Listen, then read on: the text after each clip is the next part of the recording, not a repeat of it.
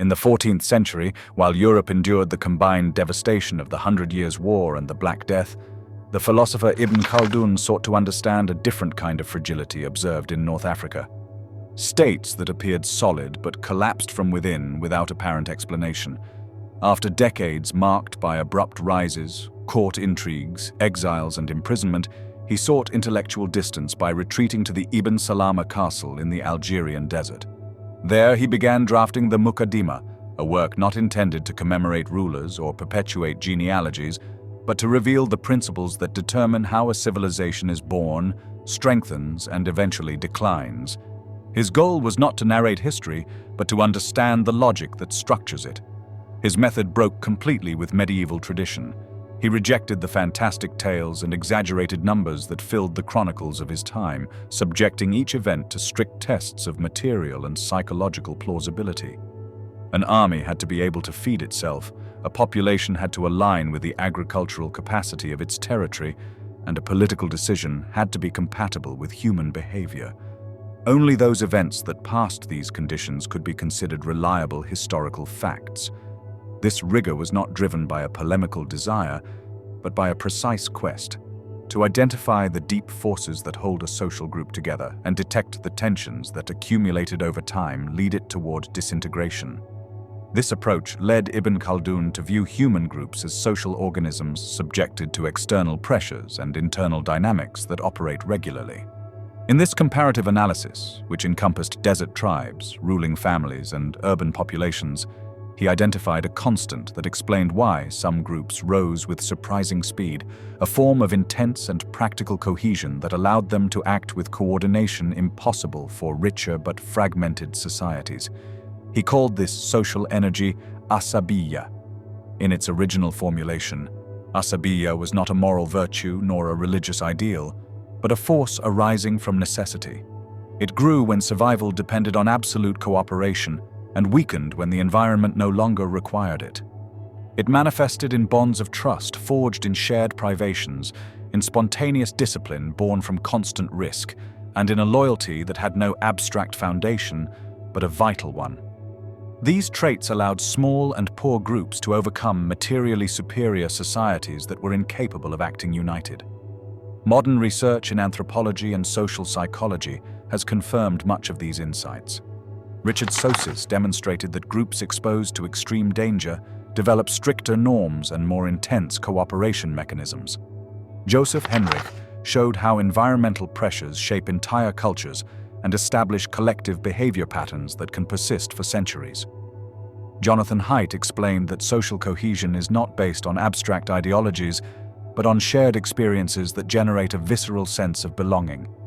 Though separated by 6 centuries, these studies describe phenomena that Ibn Khaldun had identified through direct historical observation. His conclusions were based on personal experiences gained in a particularly unstable political environment. During his service to the Hafsids, the dynasty that ruled the region of Ifriqiya, equivalent to present-day Tunisia and parts of Algeria and Libya, he was able to observe the gradual wear of a cohesion that had originally been decisive. The early Hafsid rulers, heirs of austere reformist movements, had consolidated strong power thanks to an internal discipline that still retained the energy of their tribal roots.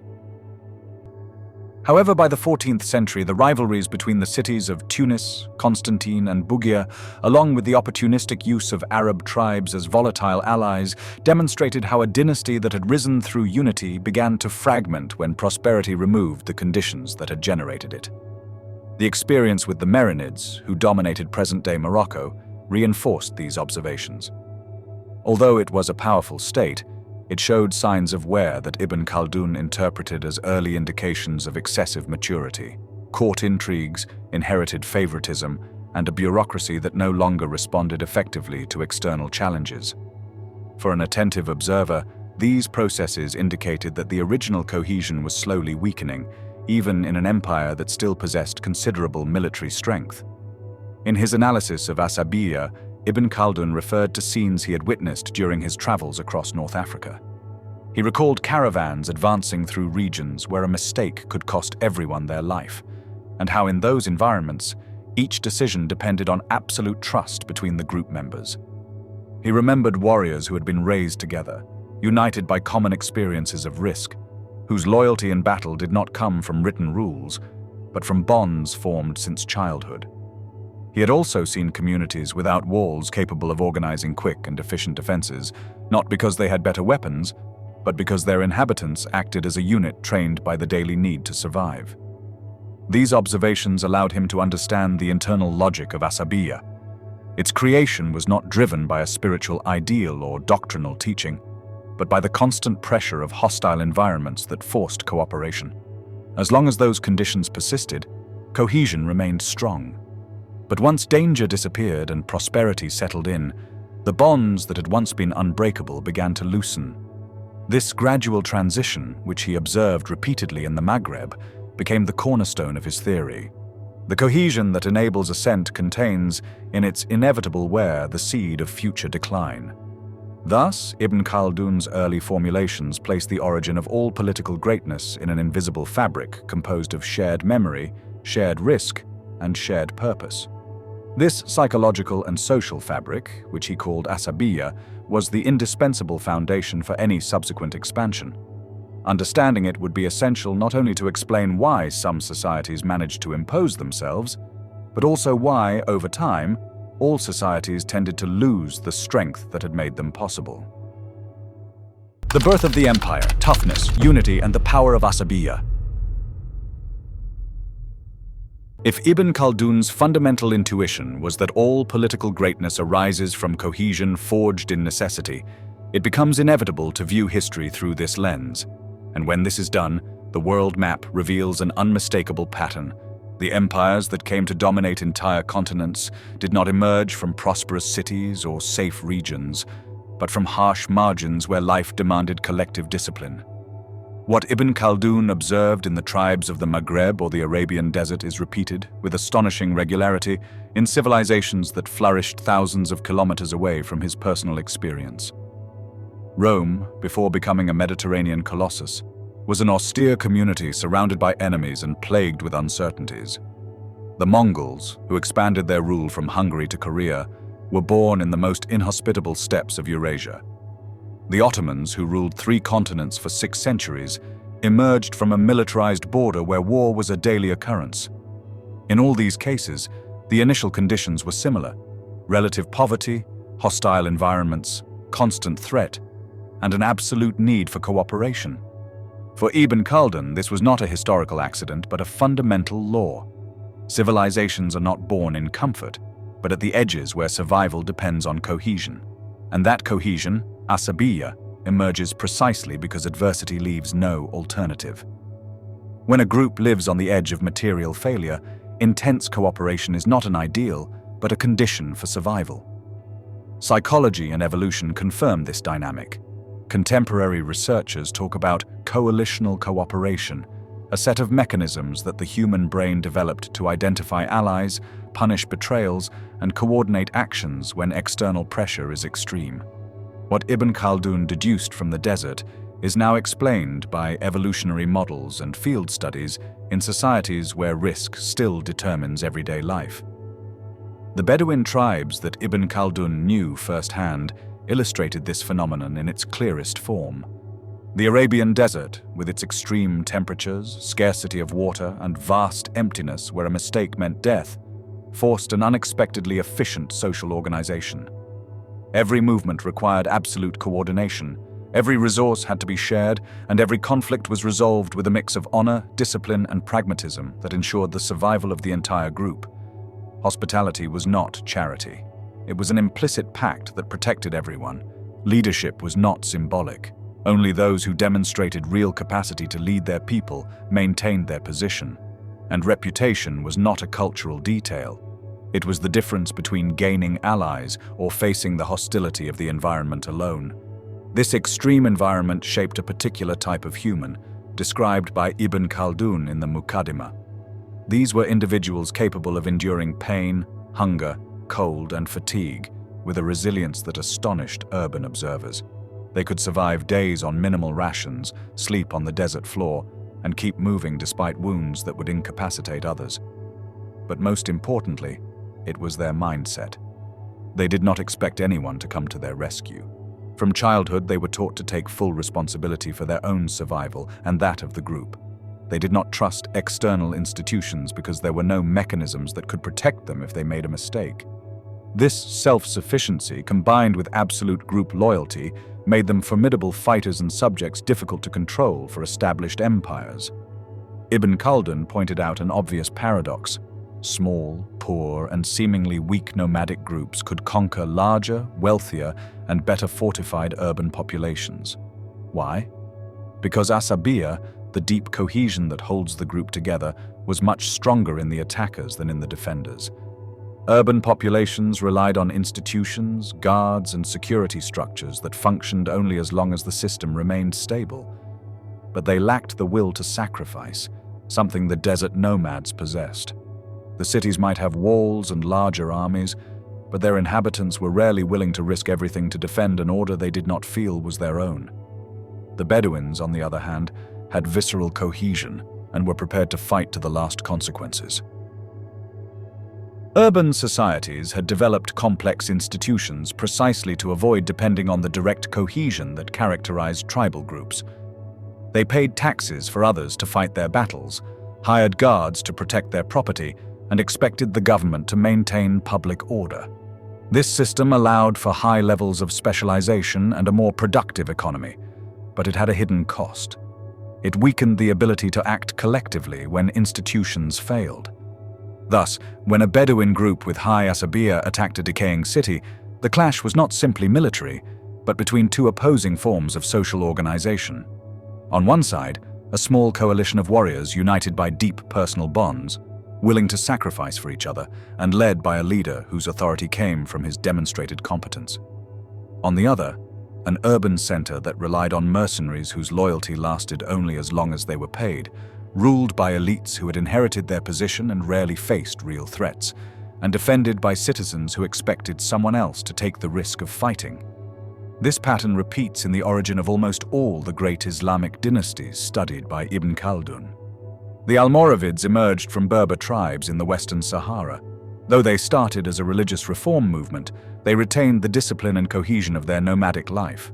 They conquered Morocco and later Al-Andalus, where they managed to hold back the Christian advance for decades. The Almohads followed a similar trajectory. They emerged in the Atlas Mountains, combining religious fervor with the toughness of tribal life, and eventually displaced the Almoravids to build an empire that stretched from the Atlantic to Libya. The Mamluks, slave soldiers from the Caucasus and Central Asia, provided another variation of the same phenomenon. Trained in physically demanding and military environments, they possessed exceptional internal cohesion, allowing them to defeat the Mongols at Ain Jalut and establish a sultanate that lasted nearly 3 centuries. In all cases, the pattern is identical. A highly cohesive peripheral group replaces an urban regime whose internal cohesion has deteriorated after generations of prosperity. This phenomenon is not limited to the Islamic world. In the early centuries of the Roman Republic, Rome was not yet a refined civilization, but a society of farmer soldiers living under constant threat. Each citizen was both a farmer and a warrior. There was no permanent professional army. During planting and harvest seasons, men worked their land. When the war season came, they formed legions led by elected magistrates and marched into battle. This system meant that each soldier had a direct personal interest in the outcome of the battles, as he was defending his property and family. The cohesion of the early legions did not depend on wages or professional discipline, but on a shared sense of citizenship and common destiny.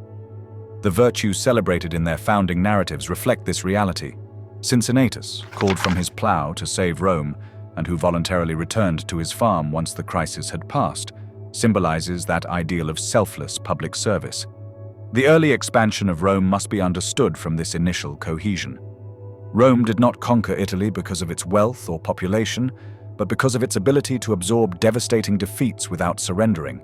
It could lose entire armies, such as at Trasimene or Cannae, and still muster new forces, while its enemies, after similar victories, preferred to negotiate peace. This exceptional resilience came from the deep identification between the citizens and the survival of the Republic. The Mongols under Genghis Khan represent perhaps the most extreme example of how powerful asabiyya can become a dominant military force. The steppes of Mongolia, with winters that can kill in a few hours and suffocating summers, forced a continuous nomadic lifestyle. In this environment, Temujin, later Genghis Khan, achieved something extraordinary, unifying rival tribes into a highly disciplined confederation. His leadership combined outstanding military skills, organizational innovations, and strict discipline, which transformed ancient tribal bonds into an unprecedented instrument of war. The resulting Mongol army was the most efficient force in Eurasia. Each warrior had grown up on horseback, able to shoot arrows with lethal precision even at full gallop.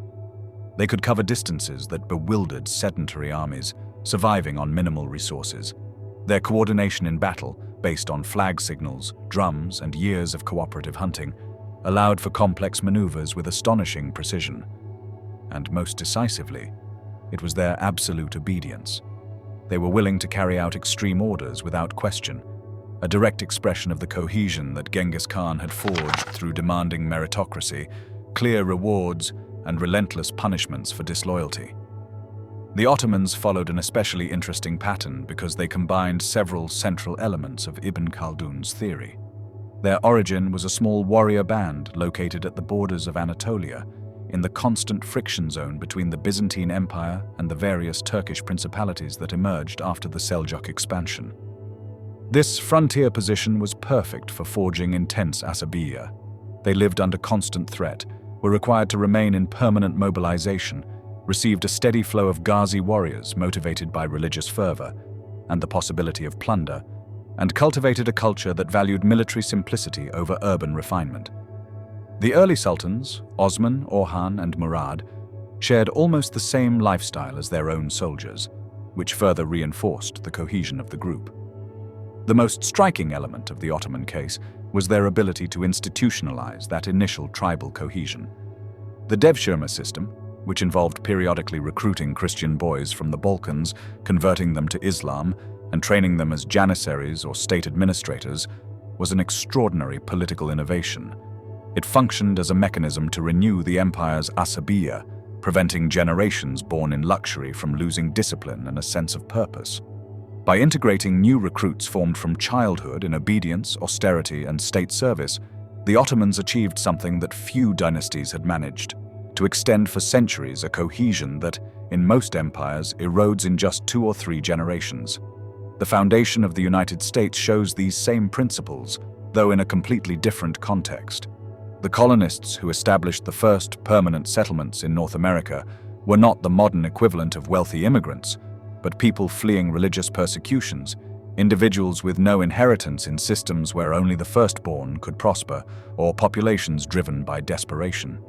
They arrived in a hostile land without infrastructure or external support, facing unknown diseases, extreme winters in the north, and scorching summers in the south. Their survival depended on extraordinary levels of self-sufficiency and local cooperation. England was too far away to offer immediate help, and any supplies took months to arrive. Communal meetings in New England, where nearly all free men participated in decisions regarding taxes, defense, and land management, created a surprisingly robust social cohesion. As the frontier moved westward, the harsh conditions that forged this cohesion were renewed from generation to generation. The American War of Independence takes on a different significance from this perspective. The British forces that arrived to suppress the rebellion were a professional army, well-trained, well-supplied, and backed by the power of the world's most formidable empire. The American rebels were local militias with scarce weapons, no regular pay, and no consistent uniforms. By any conventional metric, the rebellion should have been crushed quickly. But the essential difference, the one that Ibn Khaldun would have immediately identified, was the type of cohesion that sustained each side. The British soldiers were carrying out a distant mission. The American militias were defending their own land, families, and communities. George Washington, despite losing most of his battles, possessed the decisive quality needed to lead men with high asabiyya, personal credibility. He endured the same hardships as his troops, withstood the same winters, and took the same risks. This closeness reinforced the cohesion of the Continental Army in a way that British formal discipline could not replicate. All of these examples, the Ottomans, Romans, Mongols, and American colonists, demonstrate that the principle identified by Ibn Khaldun works regardless of the era, religion, technology, or geography. Despite their enormous cultural differences, all of these groups shared the same essential conditions that generate strong asabiyya, a harsh environment that forces self-sufficiency, external threats that require constant cooperation, a scarcity of resources that prevents the early formation of elites distant from the people, and meritocratic leadership where competence is a matter of survival. These conditions produce a specific type of mentality and social structure that, time and time again, has proven to be the most effective in building empires and dominating wealthier but less cohesive societies. Rise and stagnation, when prosperity becomes fragility. Any civilization that reaches a phase of sustained prosperity undergoes a silent mutation in its collective psychological structure. What began as a struggle to secure survival gradually generates a sense of stability that shifts attention from the urgency of the present to a future that is imagined to be predictable. This apparent continuity activates a deep cognitive mechanism that modern psychology has described with remarkable precision. The work of Daniel Kahneman and Amos Tversky, pioneers in the study of cognitive biases and decision-making under uncertainty, demonstrated that humans tend to extrapolate the present forward, assuming that current favorable conditions will persist. This bias feeds a dangerous illusion of permanence. Subsequent generations who have no experience of the foundational hardship inherit epic tales of sacrifice, but these tales lack the emotional force that once disciplined their ancestors. Memory becomes myth, and the myth no longer shapes concrete behaviors. Ibn Khaldun identified this drift long before there was a scientific vocabulary to explain it. He observed that prosperity alters incentives, weakens discipline, and transforms the balance between collective duty and individual ambition. The phenomenon is not moral, but structural. When the external pressure that forced cooperation disappears, individual rationality gradually detaches from collective rationality. From that moment begins a nearly imperceptible but decisive shift.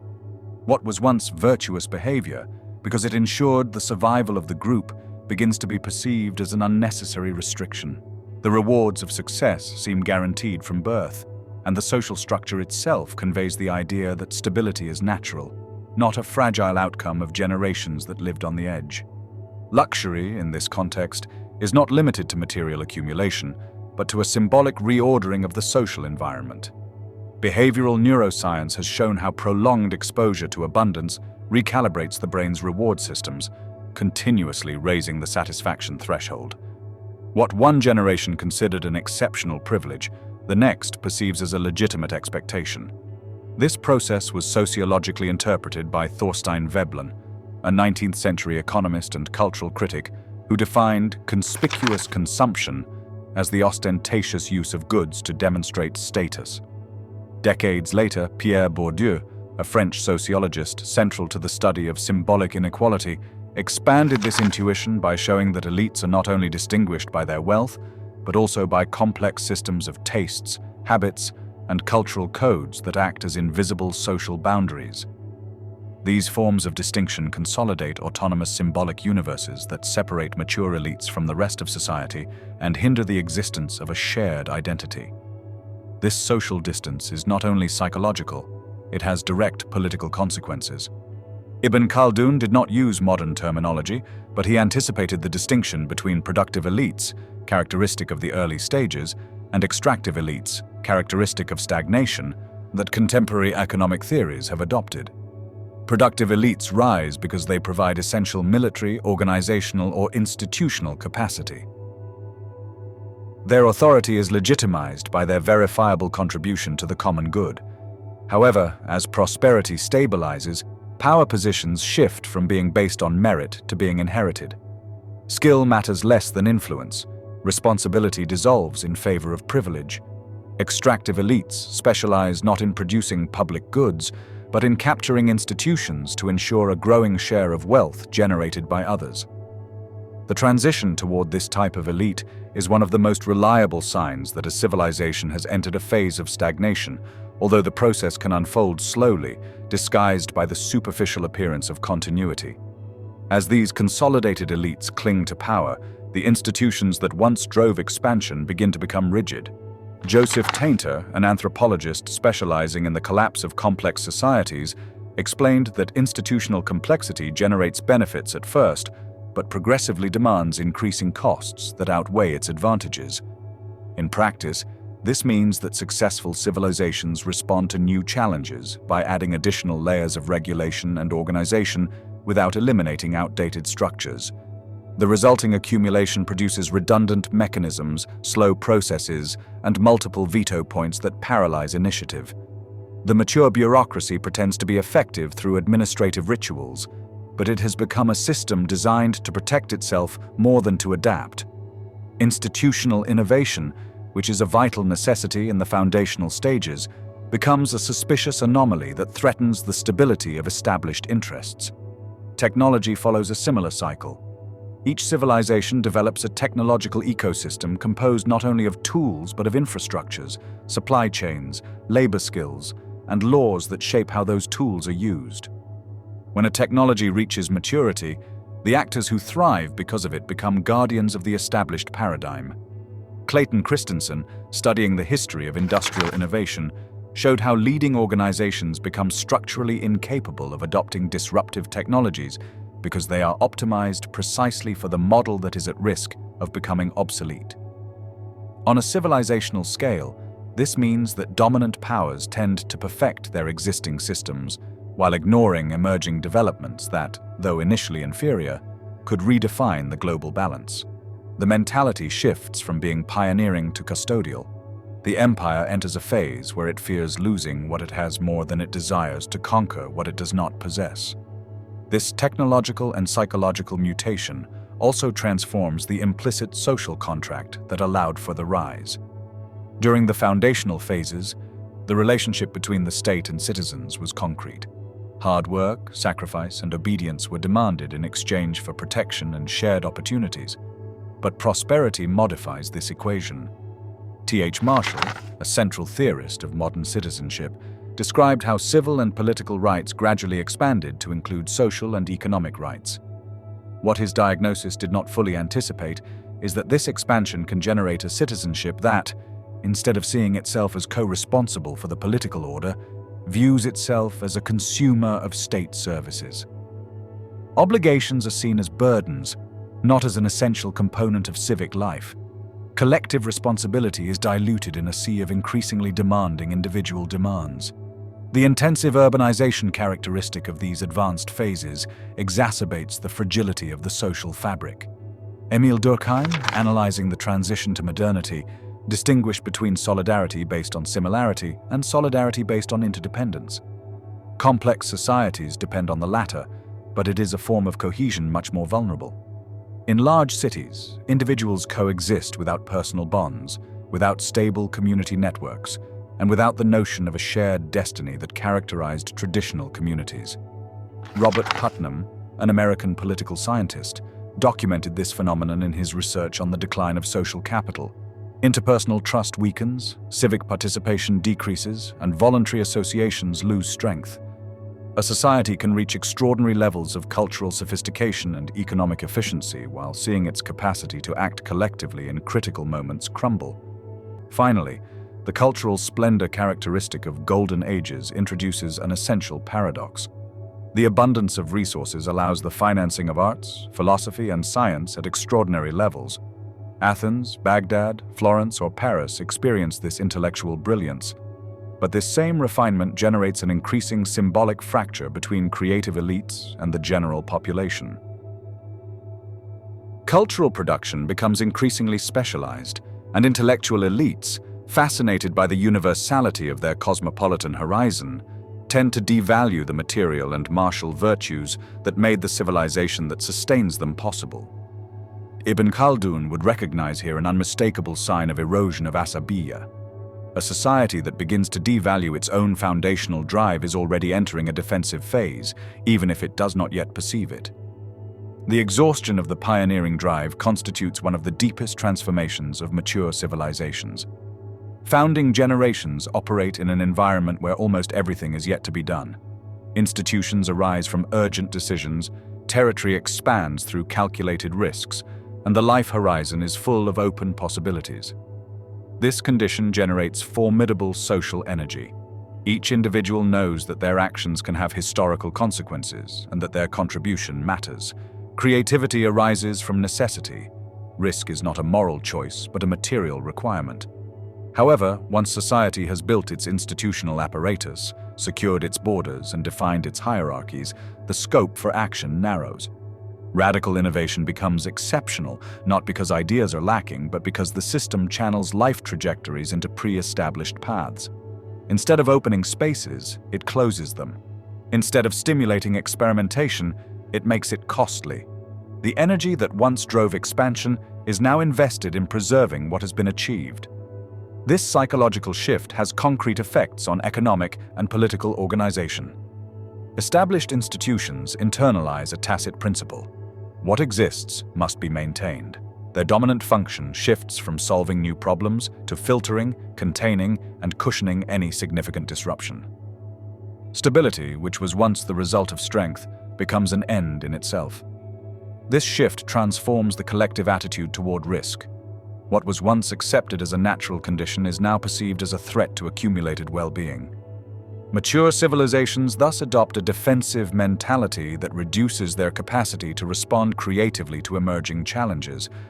When a pressing need for substantial innovation finally arises, the institutional apparatus, already rigid and self-centered, lacks the flexibility necessary to implement it. Parallels with ecological systems help illuminate this phenomenon.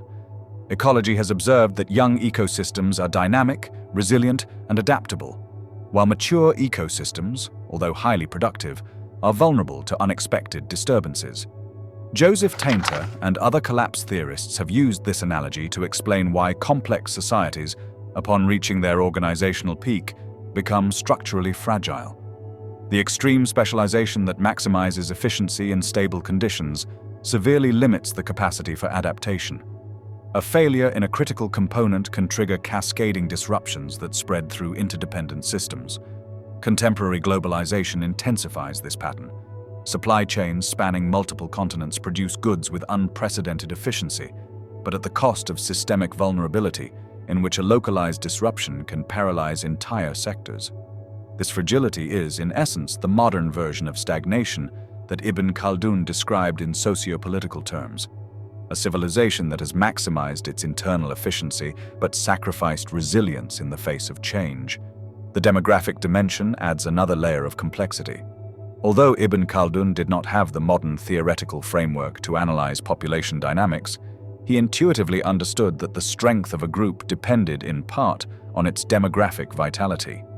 Prosperous civilizations universally experience a transition toward lower fertility rates. This phenomenon, extensively studied by contemporary demographers, arises from multiple factors: urbanization that increases the cost of raising children, the mass inclusion of women in education and the workforce, an extended life expectancy, and a redefinition of personal fulfillment beyond generational continuity. The result is the accelerated aging of the population, with increasingly larger proportions of retired individuals supported by progressively smaller cohorts of workers. The economic consequences are evident. Welfare systems designed during periods of demographic growth become financially unsustainable when the ratio of contributors to beneficiaries is reversed. However, the psychological and political consequences are perhaps more decisive. Aging societies tend toward risk aversion and the defense of acquired benefits. Older generations, who hold significant electoral influence, prioritize stability and security over innovation and experimentation. This orientation reinforces all the conservative trends already present in mature civilizations: resistance to structural reforms, preference for palliative solutions, and rejection of necessary sacrifices for long-term renewal. Declining demographic vitality, therefore, not only reduces the workforce and economic dynamism, but also diminishes the collective capacity to imagine a different future. Political culture undergoes parallel transformations. In the initial phases, the state is perceived as a common project that requires shared effort. But in mature societies, the state begins to be interpreted as an abstract entity whose primary function is to sustain high levels of well-being without demanding equivalent responsibilities. Citizenship transforms into a transactional relationship in which each group evaluates the state based on benefits received and costs assumed. Cooperation fragments, social demands multiply, and convergence around a common purpose fades. Politics degenerates into a redistributive dispute between groups competing for portions of a surplus that, paradoxically, becomes harder to generate. Each faction assumes that preserving its particular gains must be the absolute priority, even though this effort ultimately weakens the state's ability to sustain the whole.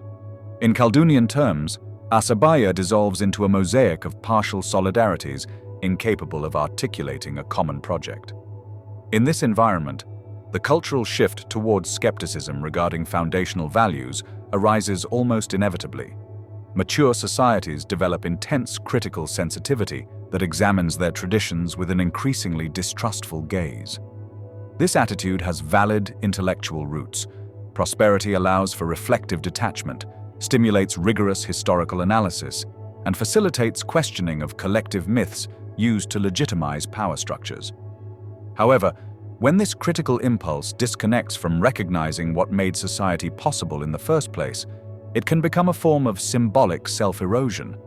The cultural elite, immersed in global intellectual exchange networks, may come to see the foundations of their own civilization as anachronistic burdens rather than sources of cohesion. This phenomenon does not necessarily imply rejection of tradition, but it does result in a loss of conviction in its practical relevance. For Ibn Khaldun, a group that stops believing in its own historical project has already entered its terminal phase, even if its material power still persists. The tension between increasing complexity and decreasing social energy is, ultimately, the central paradox of stagnation. Mature civilizations require more resources than ever to maintain their structure. Denser infrastructures, larger bureaucracies, more detailed legal systems, more extensive technological networks. At the same time, the incentives that once pushed individuals to invest energy into that maintenance weaken. Social entropy increases, trust diminishes, institutions lose legitimacy, and cooperation becomes minimal. The system persists for a time due to accumulated inertia, but its ability to adapt collapses. From a philosophical perspective, this dynamic can be interpreted as a social manifestation of the second law of thermodynamics. Every ordered system requires a continuous input of energy to sustain its level of organization. When that input diminishes, the system moves toward disintegration. In young civilizations, that energy comes from urgency, scarcity, and threat. In mature civilizations, those sources disappear, and if they are not replaced by new forms of collective motivation, an ambitious cultural project, deep institutional reform, renewed identity, the existing order erodes. The collapse does not come suddenly. It begins as stagnation, continues as rigidity, progresses as a loss of cohesion, and culminates as an inability to respond to challenges that would have once stimulated renewal. Ibn Khaldun did not formulate this theory in contemporary scientific language, but he understood its foundations with extraordinary clarity. He knew that prosperity, if not disciplined through robust institutions and a culture conscious of its own fragility, breeds the fragility that ultimately destroys it.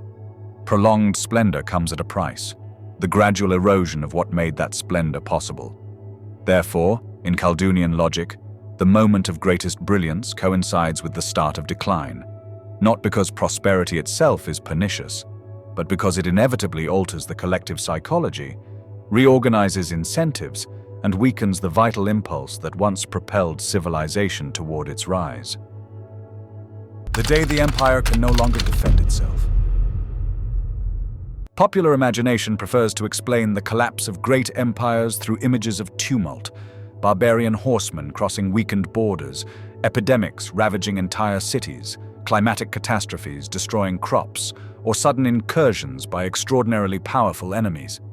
This type of narrative preserves a certain dignity for the defeated civilization, as it attributes its extinction to irresistible forces rather than its own failures. However, Ibn Khaldun's perspective radically departs from this comforting interpretation. In his framework, the external enemy is barely the last actor in a tragedy written much earlier within the walls of the state itself. Civilizations do not perish from assassination, but from internal wear that empties their collective capacity for action. When asabiyya evaporates, what remains is no longer a community.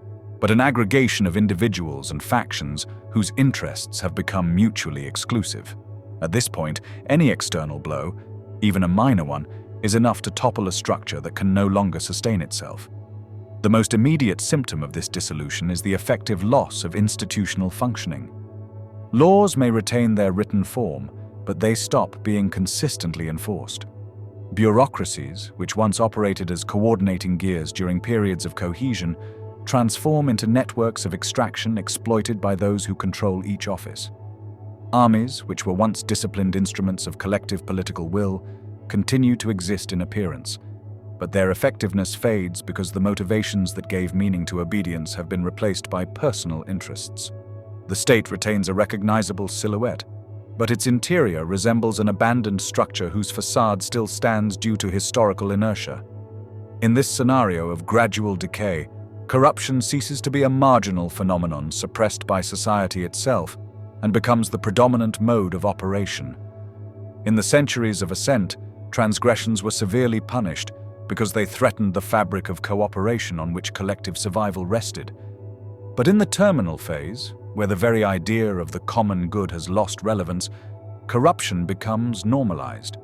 Public offices are bought, contracts are awarded to allies, justice responds to influence rather than laws, and citizens assume that nothing significant can be achieved without intermediaries capable of manipulating the state machinery. It is not isolated moral failures, but a complete reorganization of incentives. Where survival once depended on competition and public virtue, it now depends on private networks of protection. This phenomenon alters the mechanisms that allow complex societies to remain functional. When positions are assigned based on merit, talent is placed in decisive positions, and the system responds effectively to unexpected challenges. But when connections replace competition, the highest responsibility positions are occupied by individuals with neither technical capability nor strategic vision. The deterioration amplifies in a chain reaction. Wrong decisions made by incompetent individuals create crises that, in turn, require new interventions, which are managed by the same incompetent personnel who caused them. The elites, now transformed into a closed caste living off the state without protecting it, justify this order through elaborate discourses that disguise their parasitism. They present their domination as a guarantee of stability, while undermining the material base that would allow for genuine stability. Ibn Khaldun observed that fiscal deterioration is one of the clearest signs of this decay. When the empire loses economic dynamism, the state's ability to finance its expenses erodes. Instead of reducing its size, the administration clings to the habits acquired during times of prosperity and increases the tax burden on an increasingly less productive population. Each tax increase discourages economic activity, further reducing the tax base and forcing new hikes that deepen the vicious cycle. The system, now unable to sustain itself from the territorial expansion that once fed it, squeezes its own producers to the point of discouragement or tax evasion. The underground economy flourishes, not as an ideological challenge to the state, but as a pragmatic means of survival in an environment where meeting fiscal demands becomes impossible. When the tax burden is no longer enough, the final resort arrives: debt. Rulers turn to loans to maintain the state apparatus and buy the loyalty of actors who no longer have deep reasons to support the system. For a time, lenders trust in the state's future capacity, but the accumulation of obligations and the evidence of productive stagnation eventually erode that trust. Interest rates rise, credit becomes more expensive, and debt renewals become scarce. The state enters a period of financial distress in which any external disturbance could precipitate insolvency. The economy no longer progresses, it merely breathes through credit extensions that temporarily conceal an irreversible deterioration. On the military front, decadence becomes impossible to hide. The armed forces of a vibrant civilization are based on a mix of discipline, collective pride, and the alignment of the soldiers' interests with those of the state. With the disappearance of asabiyya, these elements disintegrate. Officers often belong to privileged lineages who see their ranks as hereditary rights rather than responsibilities. Common soldiers are recruited from impoverished classes who lack deep motivation or from mercenaries guided solely by salary. Logistics, vital in any military operation, suffers because the officials responsible for ensuring supplies are occupied with diverting resources. The acquisition of weapons becomes an opportunity to inflate prices and distribute commissions, rather than a serious effort to maintain defensive capability. Even when technology or resources still exist, the lack of cohesion turns the army into a body incapable of performing complex maneuvers or sustaining prolonged campaigns. The ultimate consequence of this degradation is the loss of the will to defend one's own territory. The inhabitants of an empire are only willing to risk their lives for a political order they feel is their own, but when they perceive that the state has transformed into an instrument of plunder by disconnected elites, their willingness to sacrifice fades. Defense fragments. Each region seeks to protect itself. Cities fortify their walls without expecting help from the center, and privileged groups negotiate with external enemies to preserve their private fortunes. The Western Roman Empire offers a classic example of this process. In the 3rd century, the legitimacy of the emperor almost entirely depended on his ability to satisfy the soldiers, who had become the arbiters of power. Continuous increases in military compensation forced a massive devaluation of the currency, generating inflation that destroyed the monetary economy.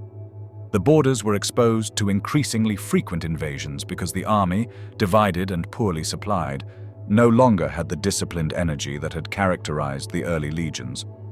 The provinces, aware that they could not expect protection from the center, began to act as almost independent entities. Large reform projects, such as those undertaken by Diocletian and Constantine, attempted to control the economy through price fixing, drastic regulation of trades, and bureaucratic expansion, but these measures only accelerated the deterioration because they stifled productive initiative and increased the administrative burden.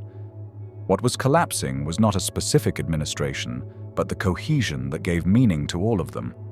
The sack of Rome in 410 was not, from a military point of view, an irresistible cataclysm, but an unmistakable sign that the city no longer had citizens willing to defend it. 30,000 Visigoth warriors were enough to breach the walls that had once symbolized the most impressive power in the West.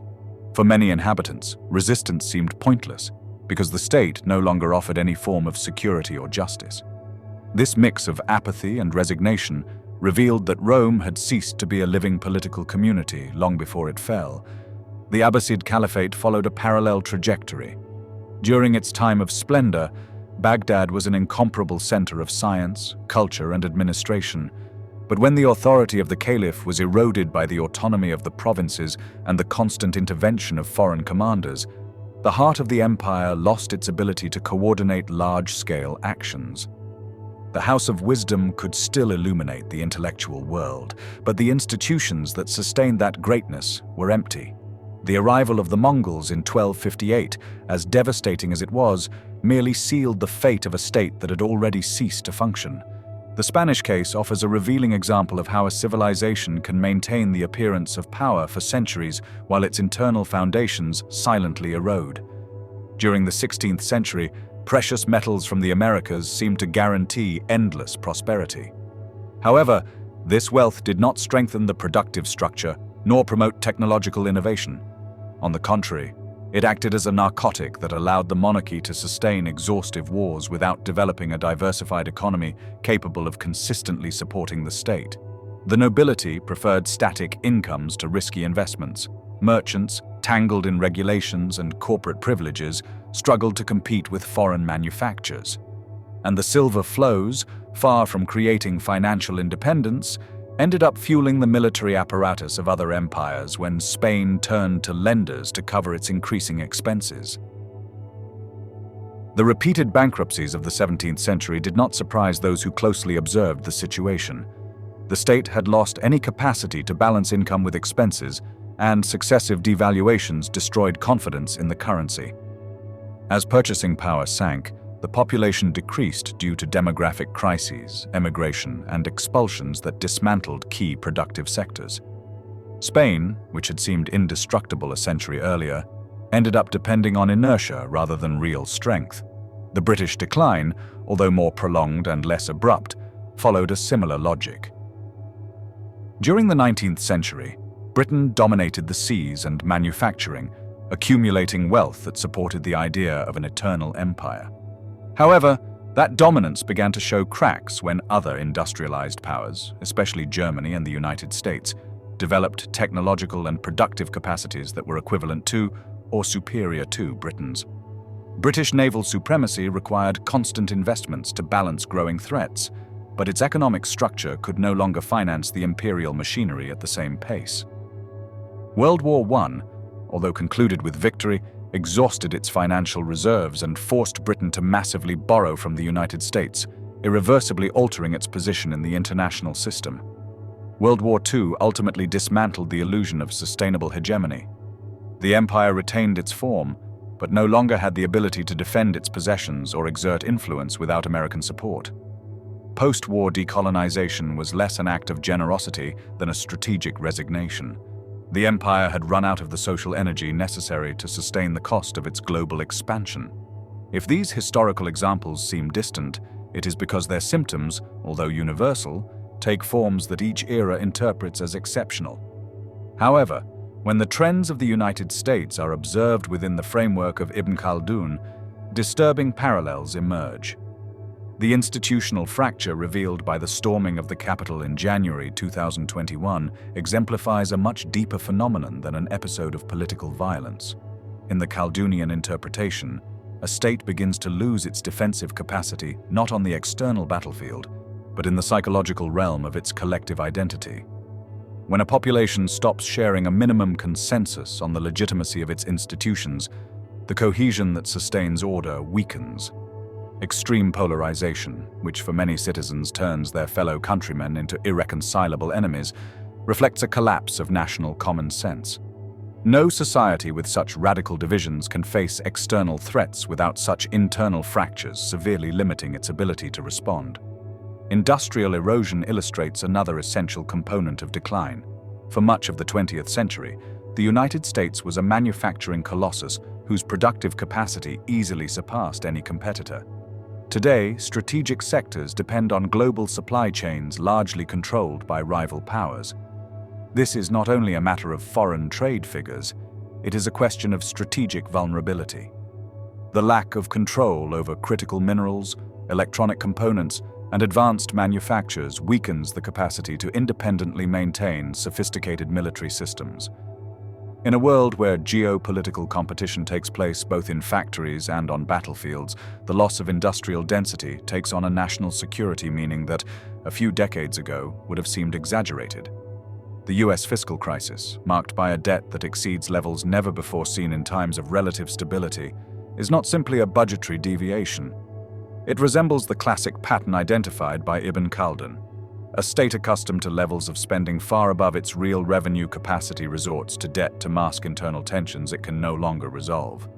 The economic inertia of past decades allows the appearance of solidity to be maintained, but beneath that surface, pressure accumulates that, if it continues to grow, will eventually transform into a structural crisis. In the Khaldunian framework, massive debt is not an isolated technical problem, but a sign that the ruling elite has lost the will or ability to align its consumption with the material possibilities of the state. The cultural landscape reproduces these tensions.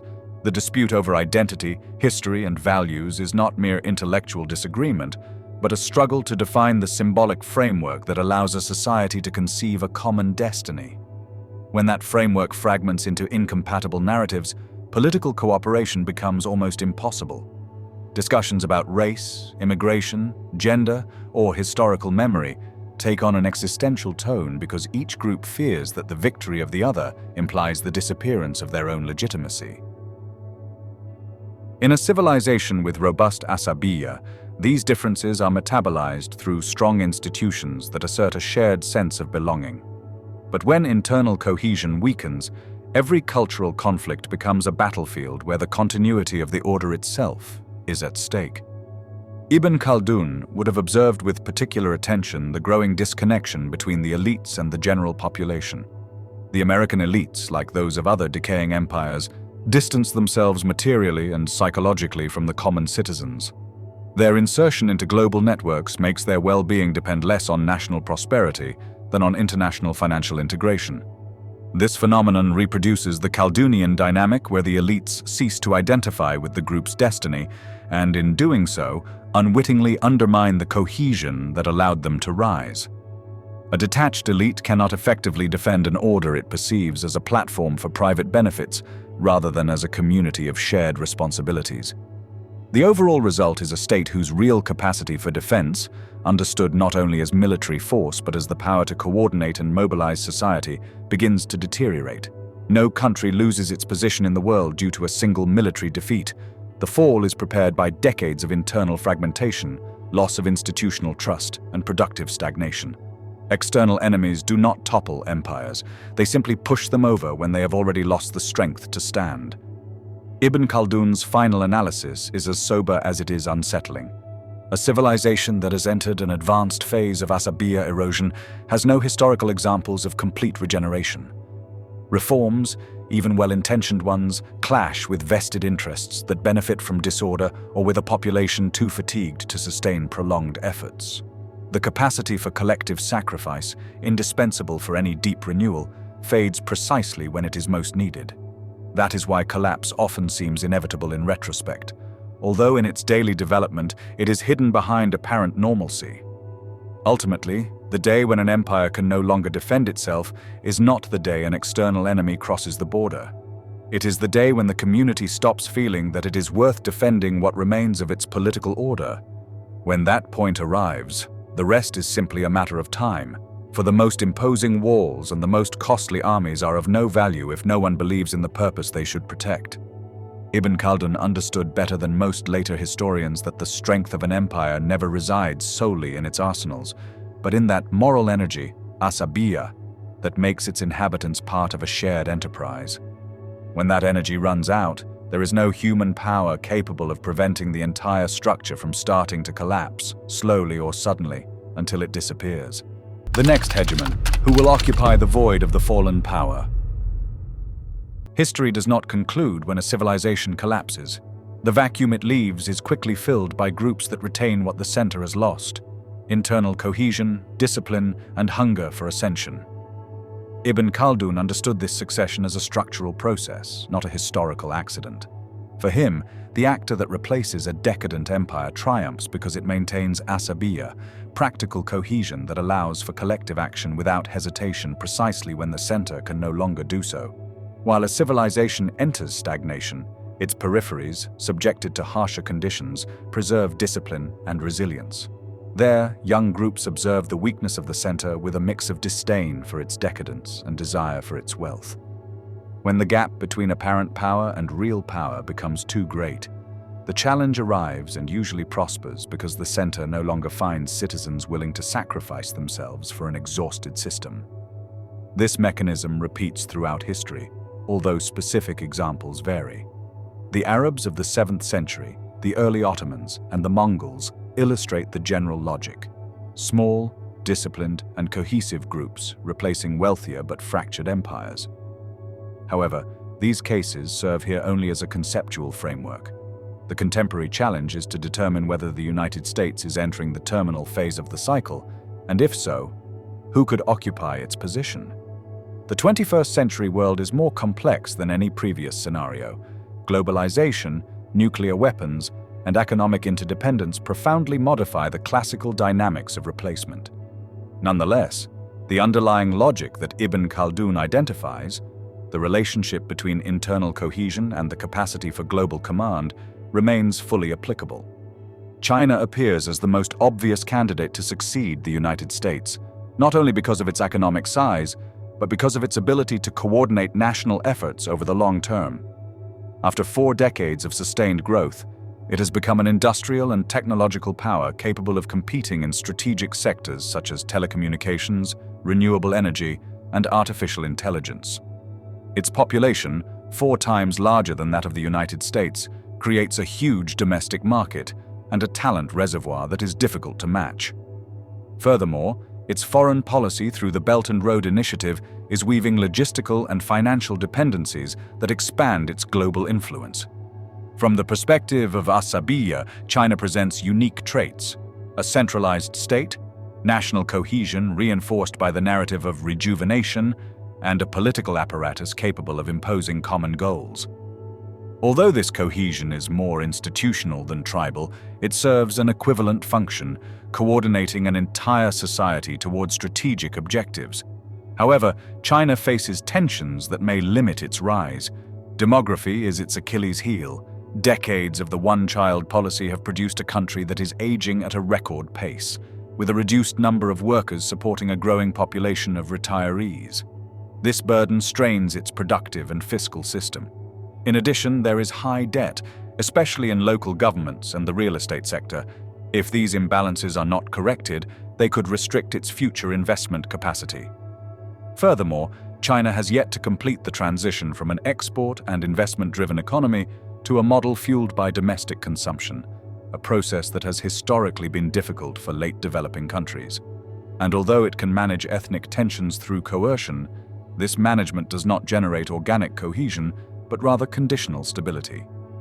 India, the second candidate mentioned by analysts, has a notable demographic advantage, a young and large population that promises economic dynamism for decades.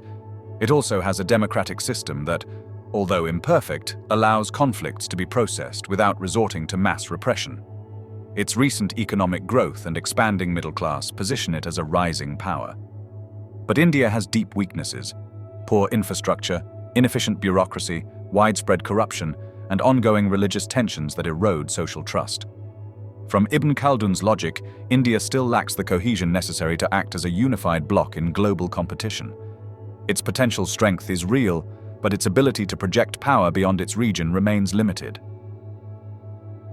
The European Union is another theoretical candidate due to its economic size comparable to that of the United States and its level of political stability. Its population is highly educated, its infrastructure is outstanding, and its social model generates significant internal cohesion. However, the European Union faces two critical limitations: nearly total military dependence on the United States and accelerated demographic aging. In addition, it lacks a political structure that allows for quick and unified decisions on strategic matters. Europe is economically powerful, but lacks geopolitical asabiyya, meaning the common will to project power beyond its immediate environment. Hypotheses also arise about non-state actors, especially global technology corporations. Companies like Apple, Google, Meta, and Microsoft possess financial resources greater than many states and control information flows that shape public perceptions worldwide. Although they exercise real power, they are not functional substitutes for the traditional state. They cannot inspire deep cohesion, they rely on legal frameworks provided by states, and they lack the legitimacy to exercise direct coercion. From Ibn Khaldun's perspective, their inability to generate asabiyya makes them influential actors, but incapable of becoming hegemons.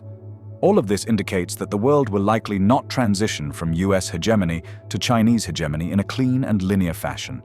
Instead, a period of competitive multipolarity is emerging, where several medium and large powers dispute influence without any of them achieving clear global dominance. Historically, this interregnum is associated with instability, intensified rivalry, and growing risks of indirect conflict. The presence of nuclear weapons reduces the likelihood of total war between superpowers, but it does not eliminate regional wars, cyber attacks, technological competition, or disinformation campaigns. In this environment, the internal cohesion of each society will be the determining factor of relative power. The erosion of asabiyya in the United States is currently the central focus of geopolitical analysis. Extreme polarization, the decline of institutional trust, cultural fragmentation, and the loss of national consensus on basic values indicate a profound deterioration of cohesion. Political tensions, legislative incapacity, increased internal violence, and mass protests reflect a country where broad sectors no longer perceive the system as legitimate or capable of serving collective interests. For Ibn Khaldun, this kind of internal fracture is an unmistakable sign of an advanced stage of decline. When the population stops believing that it is worth sacrificing for common institutions, power loses its foundation. In this scenario, the powers that manage to maintain social cohesion, stable leadership, and long-term planning capacity will have a decisive advantage. China could benefit from this if it manages to contain its internal weaknesses. India could become a key player if it strengthens its institutions and reduces internal tensions.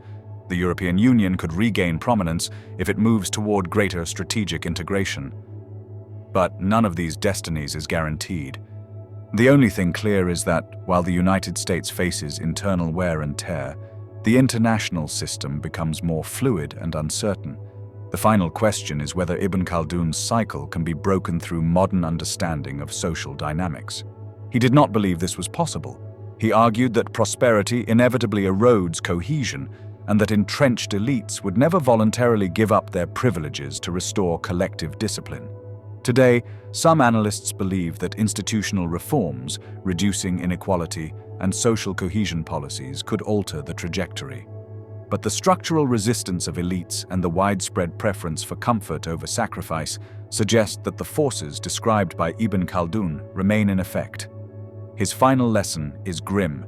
Civilizations do not fall because an enemy destroys them, but because they lose the cohesion that gave them form. And when this happens, a new aspirant always arises from the periphery to take its place.